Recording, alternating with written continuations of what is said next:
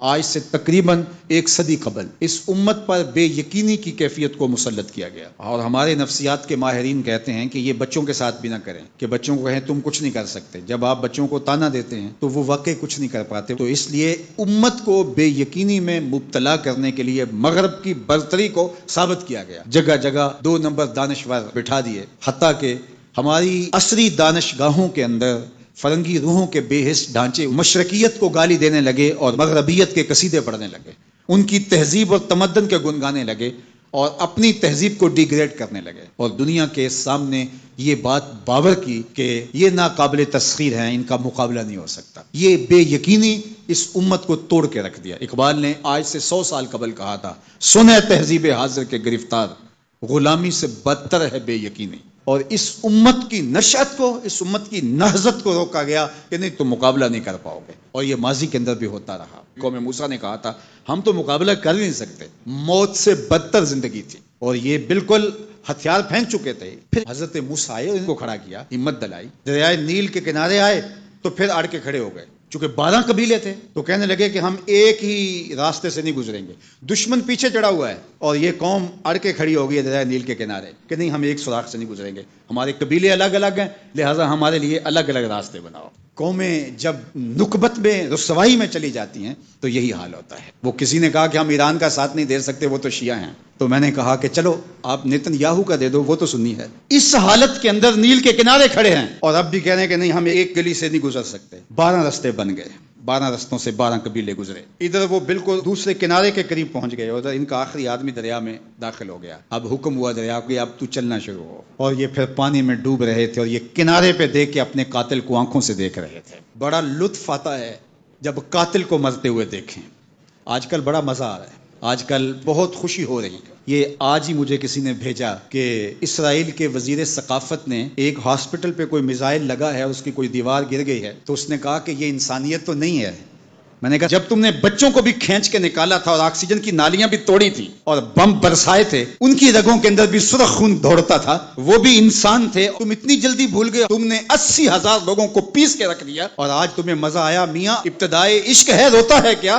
آگے آگے دیکھیے ہوتا ہے کیا؟ ابھی تو لطف آئے گا، ابھی تو تمہیں پتہ چلے گا کہ درد کیا ہوتا ہے۔ ابھی 1-2 ماہ قبل آئرن ڈوم کی کہانیاں یہ دانشور ہمیں سنا رہے تھے، وہ کہتے تھے وہاں چڑیا بھی اندر نہیں جا سکتی، لیکن پھر دنیا نے میزائل جاتے دیکھے، کیسا خوف زدہ کیا ہوا تھا۔ نہیں ناقابل تسخیر ہے، اس کا مقابلہ نہیں ہو سکتا۔ وہ آسمان سے اترے ہیں، کیوں ان کا مقابلہ نہیں ہو سکتا؟ خدا چاہے تو ممولے سے شہباز کو لڑا دے، وہ تو ابابیلوں سے ہاتھی مروا دیتا ہے۔ تو اللہ جل شانہ کمزور نہیں ہوا، اس کی خفیہ تدبیریں ابھی ختم نہیں ہوئیں اور کبھی ختم نہیں ہوں گی۔ تم ایک چال چل رہے ہو اور وہ تمہیں چال میں پھنسا رہا ہے۔ میرے اللہ نے اس امت کے تنے نازک کے اندر زندگی کی لہریں پیدا کر دی ہیں اور ایک تموج پیدا ہو گیا ہے، اگرچہ آج بھی وہ فلسفہ، آج وہ دانشوری کا جعلی غلغلہ موجود ہے، آج بھی مایوسی کے نعرے لگائے جا رہے ہیں۔ 4 دن کی کہانی ہے، اس کے بعد آپ کو ایران کھنڈر بنا دکھائی دے گا، بن جائے کھنڈر، اس سے کوئی فرق نہیں پڑتا۔ جو پیغمبروں نے جنگیں لڑی ہیں اس کے نقصان پیغمبروں نے اٹھائے، اس سے کیا ہوتا ہے؟ تم کھنڈر کی بات کرتے تھو، کربلا کھنڈر نہیں بنا تھا، لیکن آج جھنڈے حسین کے جھول رہے ہیں، یزید کے تو نہیں جھول رہے ہیں۔ تو یہ کھنڈر اسرائیل بننے والا ہے، اسلام کا جھنڈا اونچا ہوگا۔ آل اسلام و یالو ولا یولا علیہ، اسلام سر بلند ہے، سر بلند رہے گا، اور شرق سے لے کر غرب تک جھنڈا میرے حضور کے نام کا لہراتا رہے گا۔ اس لیے ہمیں پوری قوت کے ساتھ ایران کے ساتھ کھڑا ہونا ہوگا۔ یہ ایران کی لڑائی نہیں ہے، یہ امت کی لڑائی ہے۔ یہ ان 80,000 بچوں کا، بوڑھوں کا، جوانوں کا بدلہ لینے کے لیے کھڑی ہوئی ہے امت، جن کو پیس دیا گیا اور ان کے اوپر نوحہ بھی نہیں پڑنے دیا گیا، جن کو بھوک اور پیاس سے تڑپا تڑپا کے مارا گیا۔ آج ان بچوں کا بدلہ لیا جا رہا ہے جو انہوں نے اذیتیں دی، جو کچوکے دیے۔ اس ممبر پہ بیٹھ کے ہم روتے رہے، ہماری خلوتیں، ہمارے حجرے آنسوں سے بھر گئے۔ ہم تو صدیوں سے روتے آ رہے ہیں جو ہمارے ساتھ ہوا۔ ہم نے اپنے بوڑھے باپ کو روتے ہوئے دیکھا اس امت کے لیے، ہم نے اپنے مشائخ اور اساتذہ کو روتے ہوئے دیکھا۔ یار یہ وقت ہے، کیوں مایوسی پھیلاتے ہو؟ کتاب ملت بیضا کی پھر شیرازہ بندی ہے کہ شاخ ہاشمی کرنے کو ہے پھر برگو ثمر پیدا، نوا پیرا ہوا ہے بلبل کہ ہو تیرے ترنم سے کبوتر کے تنے نازک میں شاہی کا جگر پیدا۔ انشاءاللہ یہ دن گنے جا چکے ہیں، مغرب سے قیادت مشرق کی جانب منتقل ہونے والی ہے۔ آپ چائنا کے صدر کا بیان پڑھیے، بصیرت اور حکمت سے بھرا ہوا وہ بیان تھا جس نے سینہ ٹھنڈا کر دیا۔ دنیا کی نظروں میں سب کچھ ہے، بس ایک آواز اٹھنی ہے اور دنیا کی نئی صف بندی ہوگی اور مغرب سے مشرق کی جانب قیادت منتقل ہو رہی ہے انشاءاللہ، اور وہ وقت دور بھی نہیں ہے کہ انشاءاللہ اسلام کا جھنڈا پوری دنیا کے اوپر لہرائے گا اور مسلمان سر بلند ہوں گے۔ اور یہ بات ہم عرض کرنا چاہتے ہیں، پوری دنیا بھی اسرائیل کو مان لے، پاکستان کبھی تسلیم نہیں کرے گا انشاءاللہ۔